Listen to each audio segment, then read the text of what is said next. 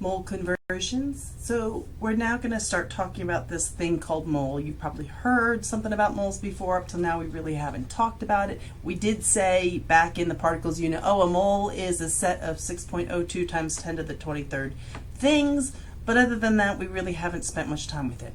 So I want to go over a couple of types of mole conversions. Maybe. There we go. So I do want to remind you that we have to now be careful about our vocabulary words. When I'm describing a particle, I have lots of different words. And part of the reason why I just say particle is it's generic. I don't have to get caught up in the vocabulary. But in this unit, I'm going to use vocabulary to, one, to be accurate in describing the particles, and two, to sometimes be clear about what I want you to give me. So the questions can involve changing the particle name, and I'm supposed to recognize, oh, you did something. You broke that compound up. You made a compound out of atoms. And so you really have to be a little careful about this in this chapter. Remember, if I have an element, then the individual piece of an element is either an atom or a molecule. It's an atom if it's a monatomic, most of the elements, so most of them are going to be atoms. But if it's one of my 7 diatomic elements, they make molecules, right? Because there are 2 of them together, there is a bond there, and even though we classify them as elements, they are molecules. So I could say atoms of iron or molecules of oxygen, and those would be appropriate particle names. When I have a compound, I have ionic and covalent compounds. So a molecule refers to a distinct grouping of bonded atoms. That's appropriate for a covalent compound.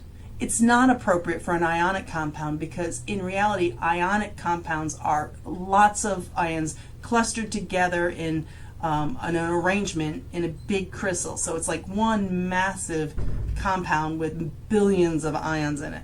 So I can't really say molecule. It's not a separate and distinct entity. I would say formula unit. A formula unit remains like a piece of the repeating unit in this big crystalline structure. Or I'm okay if you say compounds because you're indicating it's a unit, but formula unit would be the appropriate one to describe an individual portion of an ionic compound. And then if I don't know what it is, or I'm just trying to get away from that, I can say the word particle, and that's sort of a generic of all of these things. A particle could be an atom, it could be an ion, right? So an element could become an ion. A monatomic element could become an ion by gaining or losing electrons.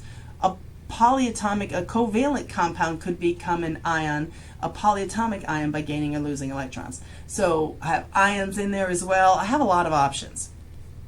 This works in reverse too. If I see a particle name, it tells me what kind of substance I have. If I see atom, I know, well, that's definitely an element. If I see molecule, I know it's either a diatomic element or it's a covalent compound. If I see formula unit, I know it's a ionic compound. So I can use this as a decoding mechanism. And I'm first going to start off with going from moles to particles, particles to moles. Sometimes call these type 1 conversions. That's my classification. I have a general set of problems I have to deal with. If I have so many, you can't, if you were to sit and start now counting to 1,000,000, that would take a very long time. At a million seconds is a very long number of seconds. So I have an issue with how am I going to count to 1,000,000? And that's not even anywhere near the quantity of atoms I might have in a small sample. I have billions and trillions in there. So all right, I can't count them. I can't actually sit there and count them. Also, even if I wanted to, I couldn't because I can't even see them. They're too tiny to see. So how could I possibly count them that way? And then I have to be clear on, well, what am I really counting? Am I counting atoms or am I counting the compounds? If I have atoms in a molecule or atoms in a formula unit, ions in a formula unit would be more accurate, then are you asking for me to count the individual ions or are you asking me to count the whole formula unit? I have to be clear. Both are going to give me related but different answers. So all three of those are things that we face on a daily basis in chemistry. We've already kind of solved this idea of when I have so many items to deal with, I don't count individual items. I count in sets, and our set's going to be a mole. We do this with paper, we do this with eggs, we do this with Mardi Gras beads. You know, we have a variety of different ones where we count them in sets. Reams, a ream of paper, a gross of pencils, a dozen eggs, a package of Mardi Gras beads. And of course, one of the things is, in order to figure out how many individual items we have, I have to know how many is in the set. Well, in our case, we're going to use moles. A mole is 6.02 times 10 to the 23rd atoms. We don't really need to worry about that number, of why that number for a little bit, but we'll see there is a reason. It wasn't random, but it's just a whole bunch. So I have whenever I get to 6.02 times 10 to the 23rd items, I bag them and call them a mole. So one type of particle, this is the conversion type one, is I actually want to know exactly how many I have. So I want to go from moles to particles or from particles to moles. Again, I'm going to say particles generically, but note that when I say the word particle, it might be ion, it might be molecule, it might be atoms, it could be any type of particle. So I can use this as a because I have an equality, I can use it as a conversion factor, and I'm going to really push you to use it as a conversion factor. On one hand, I have 1 mole of X over 6.02 times 10 to the 23 particles of X. On the other hand, I can flip it and put the particles on top and the moles on the bottom. Note that in these cases, I'm talking about the same substance. I'm just sort of talking about the whole set of them to talking about the individual items, or taking the individual items and grouping them into a set. I'm not doing anything with the actual identity. I'm also going to point out that at this point for this chapter and in the future, it really helps to sort of use 2 units for every measurement. The first measurement, the first unit is a true unit. What is it? Is it, individual piece? Is it a mole? Is it mass? Is it, I can't think of another one offhand, but I have a variety of different things that I could measure. And then the second one is the identity. I really want to start being careful about identity. What substance am I talking about? Am I talking about just the element within a compound? Am I talking about the whole compound? Am I changing compounds along the way? Like, am I talking about one and I want to switch and talk about another? It's going to start to becoming really important. So you really want to be labeling every number now, not with just a unit, but with 2 units. A unit and an identity. Okay, maybe I shouldn't say 2 units. The unit and an identity. So I have 2 different versions of this, and if I want to go from particles to moles, I would use this one. If I want to go from moles to particles, I would use this one. And again, this particles, I could replace that word with molecule, ion, atom, formula unit. So here would be a couple of examples. How many atoms are in 4.9 moles of calcium? I have moles of calcium. I'm asking about atoms. I don't know the identity. There's nothing to assume that the identity is changing. It's still calcium. And so I would use this one. 1 mole of calcium on the bottom and 6.02 times 10 to the 23rd atoms of calcium, because calcium is an element, to get the answer.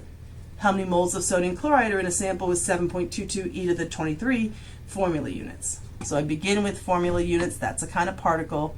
I'm going to put the particles on the bottom in the case. I'm using formula units. And then I have 1 mole on top. Convert it over. This is 1.2 moles of NaCl. So here would be a practice problem we'll work in class. The next type of conversion, I'll sometimes refer to this as conversion type 2, is moles to mass, mass to moles. When I have so many, even if I can count them in sets, because it's not like there's a physical bag holding all these atoms together into a mole, so I couldn't just count by moles, I really need a mechanism for how do you count it all when they're so tiny I can't see them and there are too many. And I can use weight, right? So you've seen this applied before. If you have anything to do with construction, you know that you don't buy nails by the pound. You don't buy nails individually, you buy them by the pound. In small quantities, you can have a box that says how many are in there. And the truth is, though, when I'm buying them by the pound, I need to use them individually, right? The number of nails I needed is is going to be determined by the project, you know, and so how many boards are you putting up and how frequently are you nailing them? And I could calculate a quantity. But with experience, you know, okay, well, I know 3 pounds of nails has so many nails in it, and that's going to get me enough for this much of a project. So, you know, good contractors really have this all worked out. They know the appropriate amount to buy, but they buy it by the pound. It's much easier to do the trade in pounds. At casinos, some of the more advanced casinos now count their coins by weight. So it's just easier than to actually have a coin, you know, if even a coin sorter still has to count individually, it's faster to do it by weight. A little bit trickier. You have to have certain equipment to kind of differentiate between quarters and dimes and nickels. But definitely, even if I had them all as pre-sorted as the quarters separate from the nickels and the pennies, the mass, you know, I could just weigh them. And I could do this, you know, to figure out how many M&Ms are in a jar prize, right? If I knew, if I could weigh the jar and I knew what the weight of the empty jar was, I could figure this out. Now, in all of these, I would need to know what is the weight of one M&M, what is the weight of one quarter, what is the weight of one nail, in order to decode this from mass into particles. So I do need to know what one weighs. And we will do this. So we're going to weigh a sample, and I know if I know what the substance is, I know what its mass is for one particle of it, and I can use that to convert from mass to particles. Or mass to moles is what we'll usually do. So iron atom is 55.845 AMUs on average. Now, we're going to talk a little later on about this. How do I get to that average? That's not the individual mass of one. And you can see this with M&Ms, right? Probably not every M&M weighs exactly the same amount. So you'd probably want to do a representative sample of several of them and say, what on average does it weigh? Same thing with nails. I'm sure they don't all weigh the same. And we definitely see it with coins, right? You know, quarter will weigh different from a nickel. So I sort of have to have an average mass. And it turns out that for iron, 55.845 represents the average atomic mass of that element, of one atom.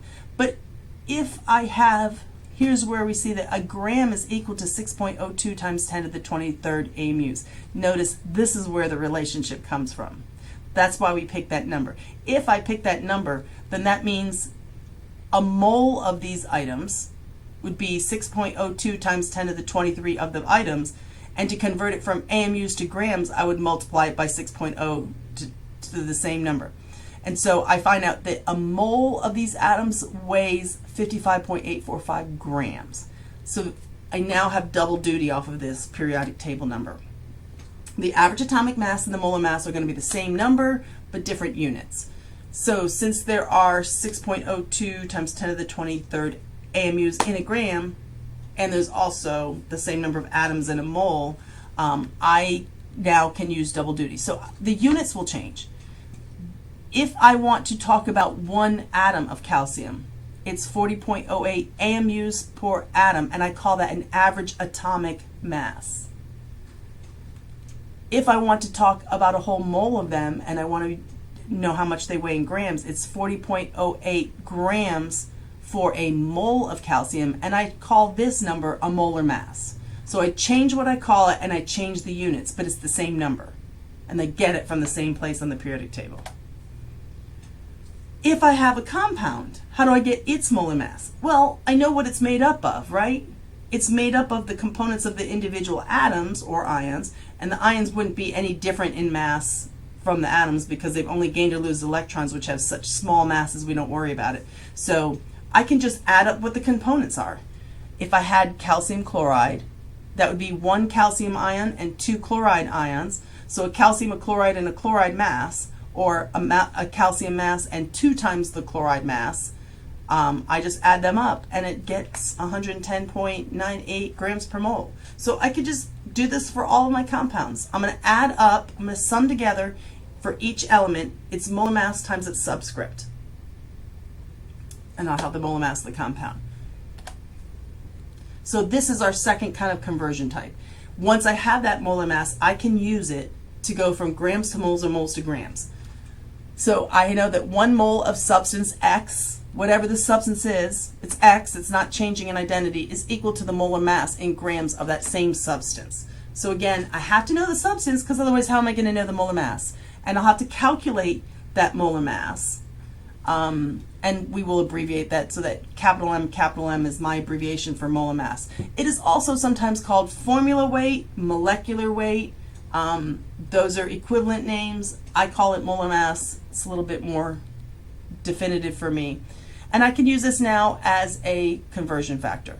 1 mole of X over the whatever the molar mass of X is, grams of X, is equal to the molar mass of X in grams of X over a mole of X. So either one of these works. Note that the identity is not changing.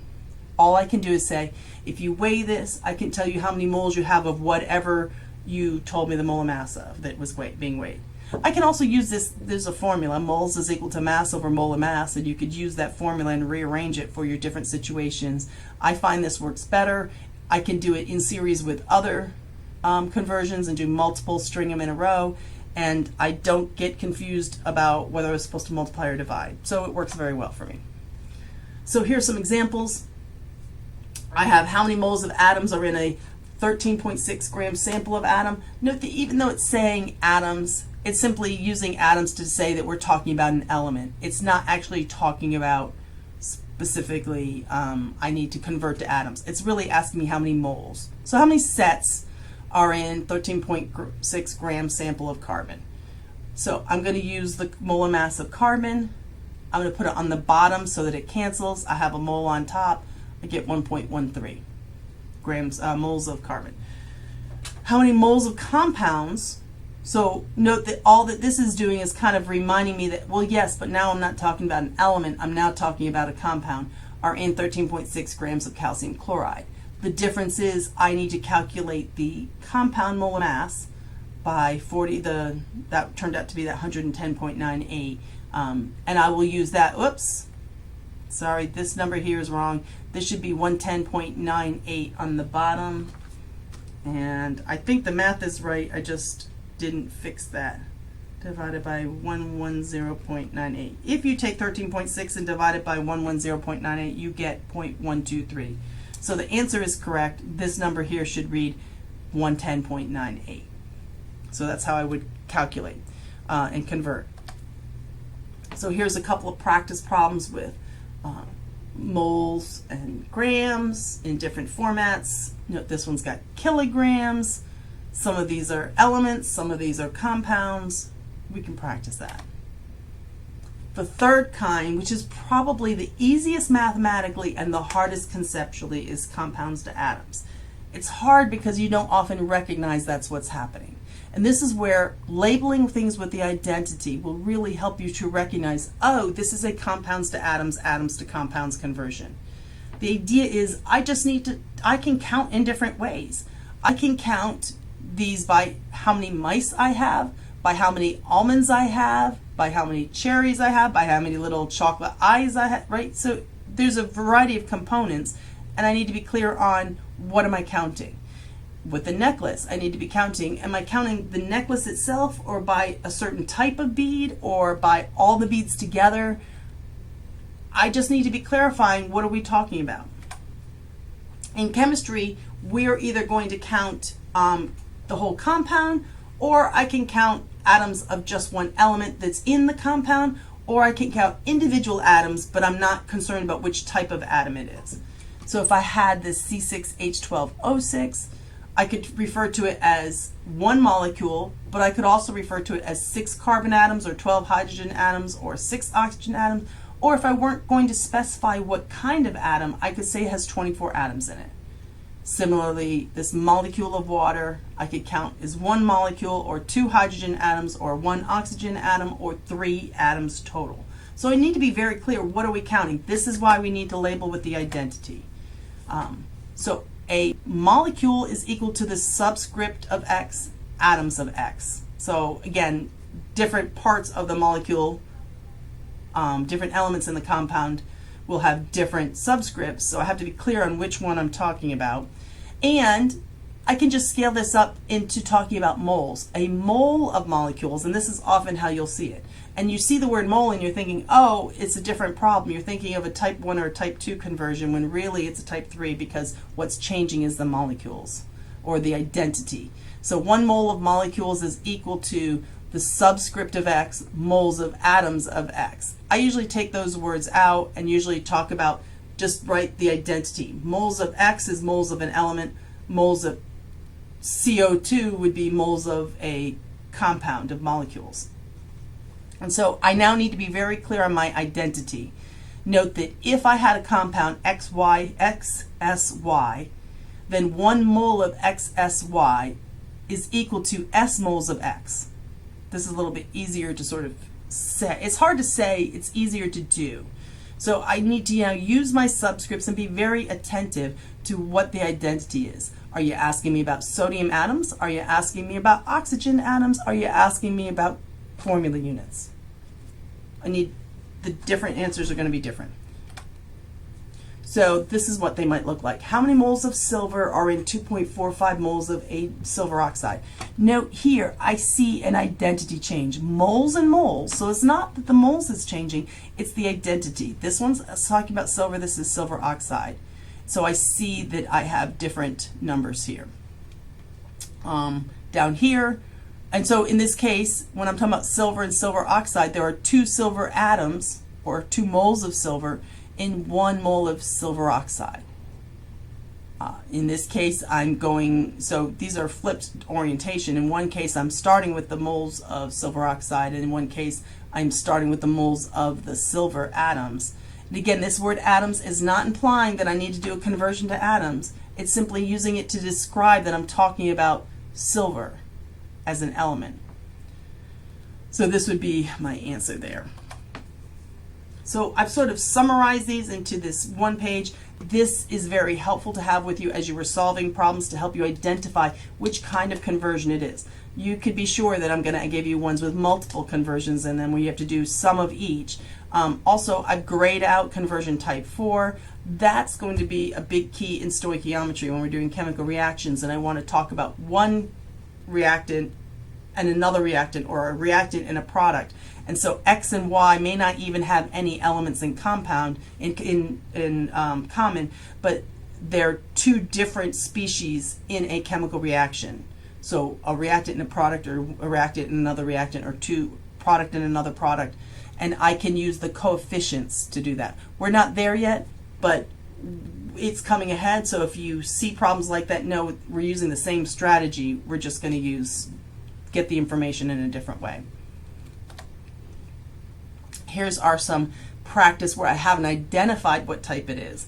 You need to identify the type or types. There might be more than one conversion, and find the relevant information and practice carrying that out.